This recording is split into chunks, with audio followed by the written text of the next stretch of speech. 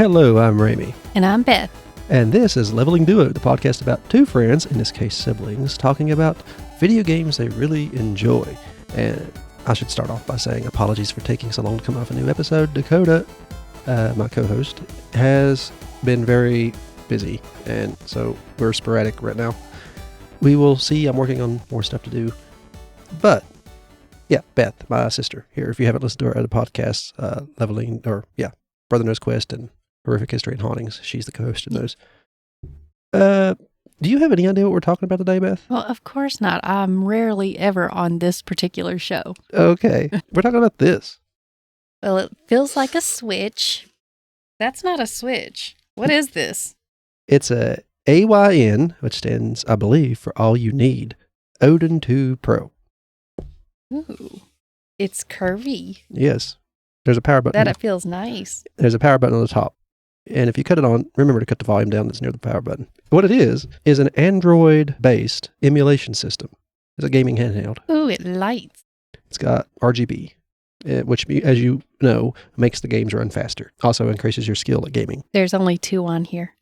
Press the bumper buttons. Sony PlayStation 2. Yep. Oh, so it's like a phone app. You can also use your finger. I figured. It's touchscreen. Now, the thing is, emulation is a bit of a gray zone. If you own the game physically, you can emulate without any legal repercussions. So do you have any games? Yeah. I have the original Pokemon games. I have a few of the PlayStation, a few of the... You'll see them on there as you go through. But I don't see them. Oh, let me see. And you press the big trigger button to switch between consoles, and then you can click A or tap library, and it will take you to all the games in that setting. Okay, give it back. Super Nintendo? Mm-hmm. Do you have anything for Super Nintendo? Click on the library button down at the bottom left. The original Odin Pro came out back a few years ago, a year or two ago, and it had a older processor in it, which emulation, it's easy to do on PC because older consoles are easy to run. They're easy to emulate because PCs have gotten so much stronger lately, or so much more powerful over the years. Handhelds, that's not the same story because they are running on mobile processors. They're not as good. Now, the original Odin came out and had the Snapdragon 845, which was a previous generation, but it was a top-of-the-line flagship processor. I had a phone with an 845 in it, and it was very good at emulation. They have an Evil Dead game? Yeah, they have a bunch of Evil Dead games. But the new generation came out of the Odin 2 Pro, and it has a Snapdragon 8 Gen 2 processor. And it's a big deal to have Snapdragon because they are a top of the line, not just... They are a name brand processor. There's a lot of other ones that other emulators use, but Snapdragon's a good one. It's in the Samsung phones for the most part, if you buy them in the US anyway. And I've used it to play Pokemon, old Pokemon games, a bunch of Nintendo 64 games that I have never had a chance to play lately because I don't have a console for it. I have games, cartridges, but no console. And the old carts I have... I like these buttons. Yeah, they're good. It's a very good... Let me tell you, though, the Pro version I got there, no matter what version of the Odin 2 you get, will come with the Snapdragon 8 Gen 2, which is powerful enough to play up to Switch games. Now, a lot of Switch games if you want to. How much did this cost? After shipping from China for DHL, which was $40 in itself, I paid, I believe, $450. Oh. But there's a lot of stuff on here. There's so much you could do with it. And you could run Android games with a top-of-the-line processor. You could run, like Genshin Impact, Call of Duty. You could play them with controllers. It's got really good Hall effect joysticks on it because they'll be less prone to drifting. You know, when you sit still and you're looking funny, it'll be less prone to that. It should get updates longer because it's on the Snapdragon. And like I said, it's powerful enough to run games up to the Switch. So GameCube, PS2, Wii, and of course the older ones you're seeing there, like PS1, Game Boys, NES, SNES, stuff like that. It's no problem at all. You can run that on anything. Now, the big deal about that price is, it sounds expensive, but my phone, the Galaxy S23 Ultra, has the same processor, and it costs $1,400. It's a big savings. You remember that game we used to play, Vigilante 8? Yeah, I'm looking at it right now. Yep. I hope you cut it down, because if you click on it, it's going to start playing loud. Oh, I already music. did. I turned it down, and the truck is wrecking. Yeah, it's hard to... you have to get used to the controls, don't you? I forgot that the whole video thing. Yeah. I've been playing that because we haven't had a way to play it in forever. Me and you used to sit around an old tube television and play that game. I remember.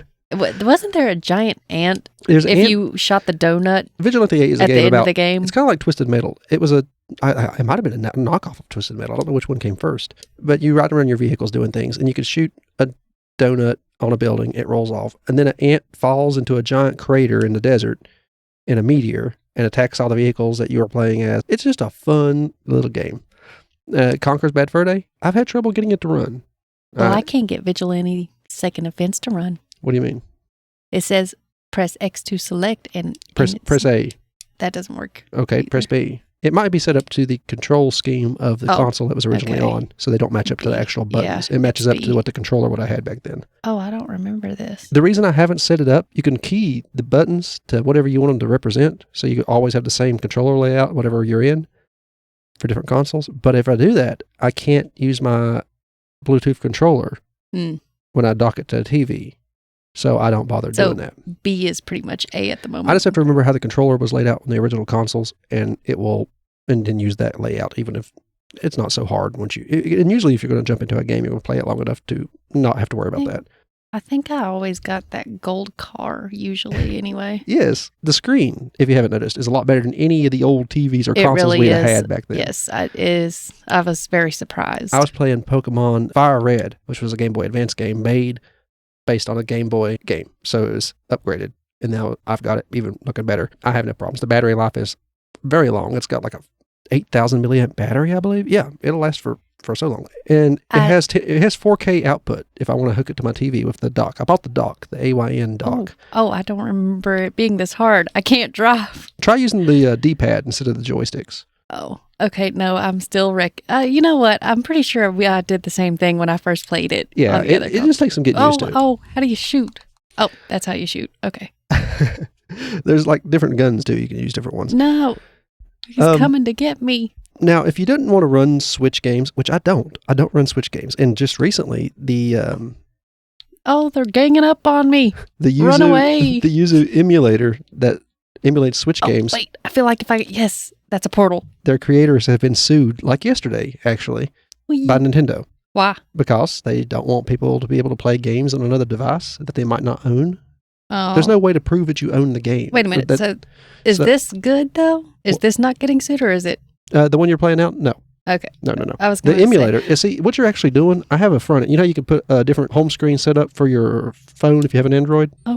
Okay, that had a basic Android layout, but I put an app on it that makes it look like a console library. I don't think I'm doing too well. Well, try Pokemon. You can't mess that up. I remember this gold. Oh, you got to get special stuff. Now imagine that on their big 70-inch television.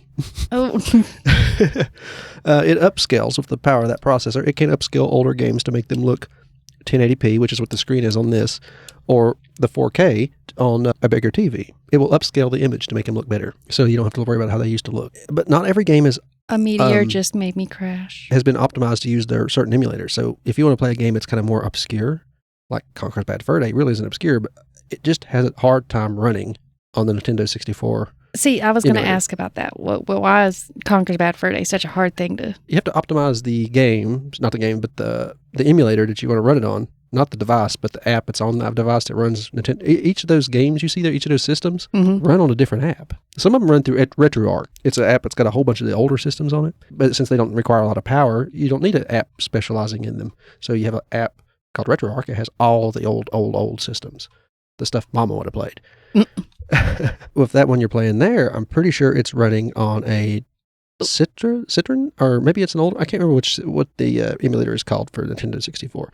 With that set up, it's just like picking up a handheld console and playing it. You couldn't even tell you were using Android, could you? No. Okay. Well, I mean, the app area, I could tell it was Android, but when you're actually doing other things, no, I didn't know. It's a front end called Daijisho, and it will scan your game library and then make it look like that instead of just looking like a list of apps with funny emulator names. You click on it and then click on the game you want to play. It just scans your library, has them up there, and knows what emulator to attach them to. So you just got a big folder full of beautiful games. I blew up. Yeah. At least the ant didn't get you. No. I had a difficult time justifying the purchase at first because setting it up was not easy. You have to... It doesn't look like it would be. And you have no idea how hard it was. I've never got into emulation before. I used my old boy or whatever it's called. Yeah. On the phones. Yeah, I remember. But it was easy. But if anything more advanced, like the PlayStations and the Nintendo 64s and all that, it's a little bit harder to set up those things. It will play PS2 games, which, in my opinion, is the best. Because I have a stack of PS2 games, and the PS2s are just so hard to get it to run now. If you don't take good care of them, they're at the end of their lifespan. They came to that years ago. Yeah. And just playing Android games. Sometimes I want to hop into a Call of Duty mobile because it's simple and I don't have to listen to the people in chat if I don't want to. And Scott, he's been playing a lot of Max Payne, stuff like that I've never got into, but I got him on there for him because he had them all, and he plays it on the big screen at night sometimes. He just, the dock costed like $50, $60. I can't remember what it costs, but it's really good. It's got all these ports. You can hook all kinds of controllers up to it. My Bluetooth, I got a 8-bit Do Pro 2 controller, which is like a mix of an NES, SNES, and a PS1 controller, and it will play all these old retro games really well. It's also the reason I haven't key mapped the buttons to be the same layout in every single emulator. I'd rather have the controller than the key mapping, the button mapping, whatever I want to call it. Okay, there is a Conker's on here, but it is not Verde. It's Pocket Tails. What's Conker's Pocket Tails? Is that what it's called? Oh, I have no idea. I had no idea Conker's Pocket Tail was Pocket Tail? That sounds like a dirty innuendo. Well, I mean, Conker's was kind of adult. Yeah. That was Flower's breasts. Do you remember that? No. The whole point in the mission was to get her to unfurl her petals so you could see them, I think. Oh. It's a good little system.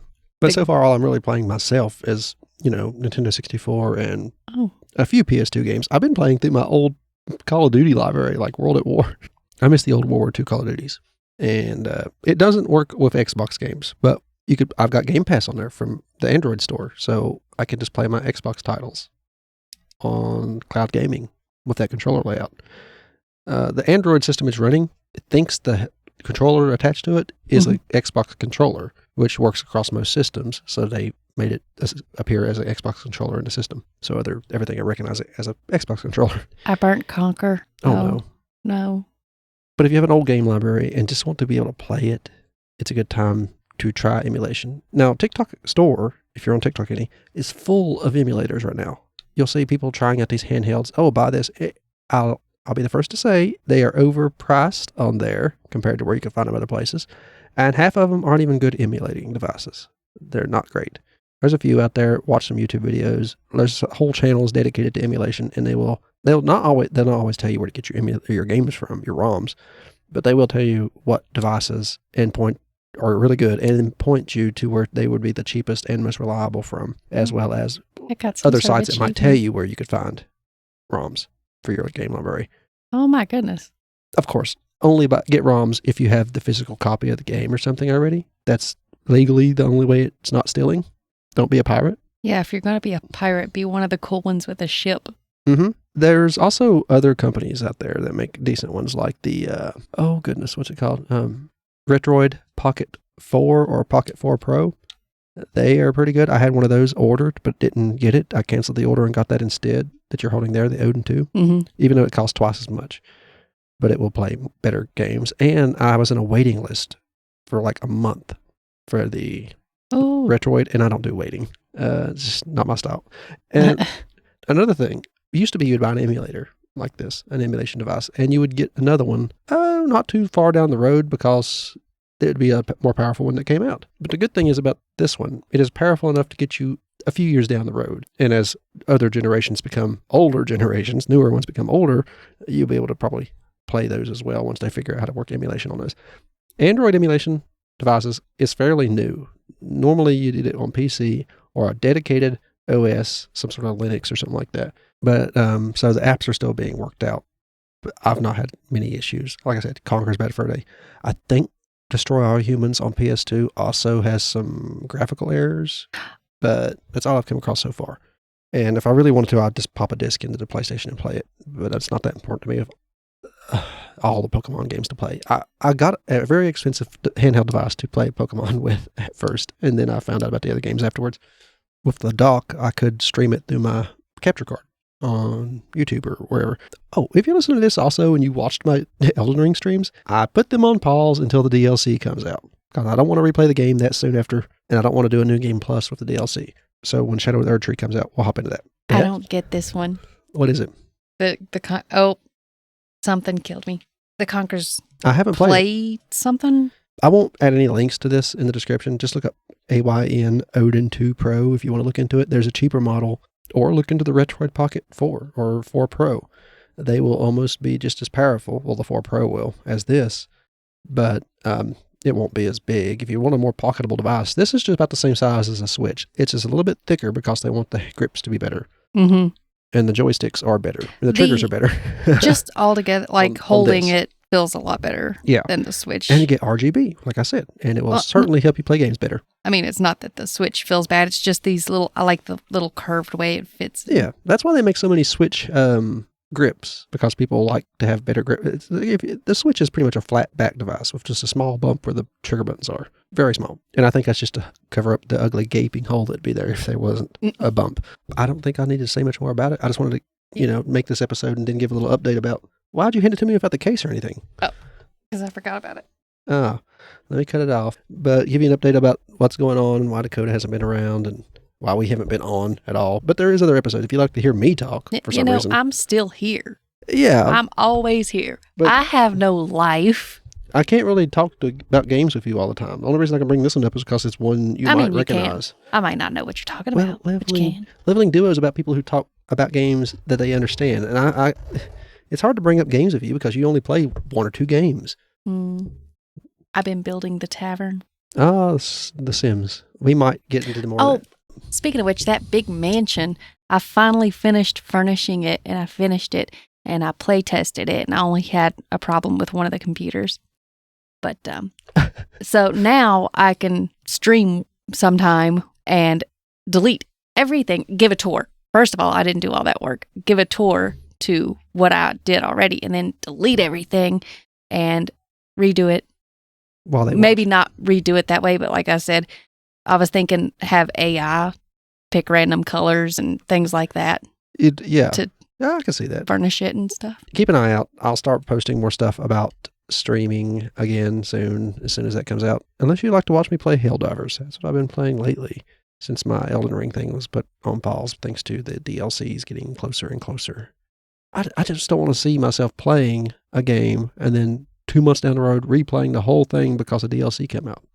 Because I don't want to go into New Game Plus. So, and here I am playing the same 2 games over and over and over and over. Look, I literally just talked about a handheld where I play games I used to play a ton, but it's been years and years and years. Mm-hmm. Also, I could start streaming like Pokemon games and things that I have not thought about streaming until recently. It's just easier to do it on the handheld with it docked than the PC or anything like that to me. I just plop it in there and grab a controller and away we go. So if you'd like to watch me play certain older game, let me know. There'll be a link in the description and there'll be an email. You can reach out to us or just use the link to find our other podcasts or our socials and chat with us there. So I'm assuming, unlike actual PlayStation games, you can't play 2-player on that. You can, but I've never figured out how to do it because I didn't have anybody to play with. Well, I mean, I could play the Ant. I could try to figure out how to play the Ant game again. Vigilante 8. Yes. I call it the Ant game because that's what we used to call it. Vigilante 8 Second Defense, I believe, is the one with the ant. I think the first one didn't have it. The second one is the one that has the ant because that's the map I was playing on. Okay, then.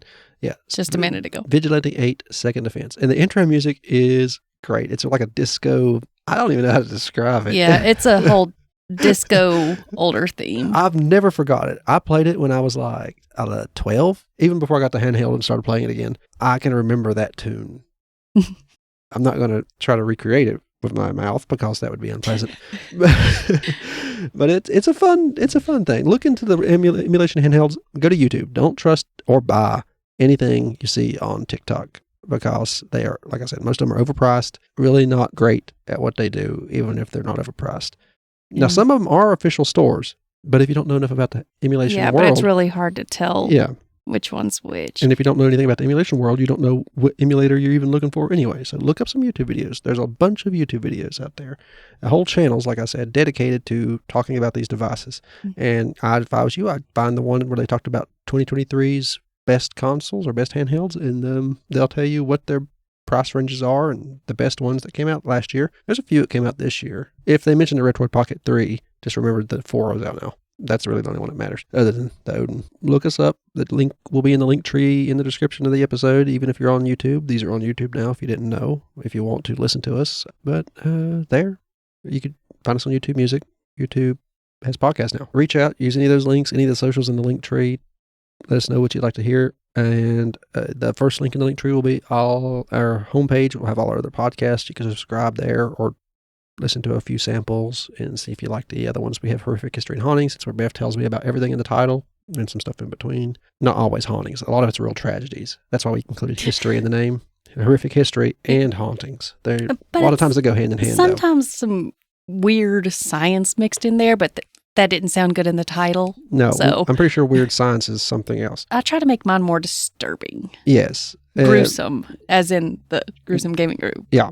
So that's our podcast network. The first link in the link tree will be our homepage, and the rest will be socials and other ways you can reach out. In the description, right below the link tree link, will be an email to reach out to me directly or us if you don't want to get on the socials to do it. And I guess that's it. Again, there won't be a link in the description for this, but do some YouTubing and you will find a lot better reviews than I could give you on this. I just wanted to reminisce about some old games. And I guess it's more of a Vigilante 8-second defense episode than an Ayn Odin 2. Well, it could have been Pokemon too, but we already it's done been Pokemon so 2 or 3 long times. since and it's been so long since I played Pokemon. Played the Vigilante. It's still good once you get the controls down. If you like Twisted Metal, you'd like Vigilante. Thank you for listening. I've been Ramie. And I'm Beth. And this has been Leveling Duo. Logging off.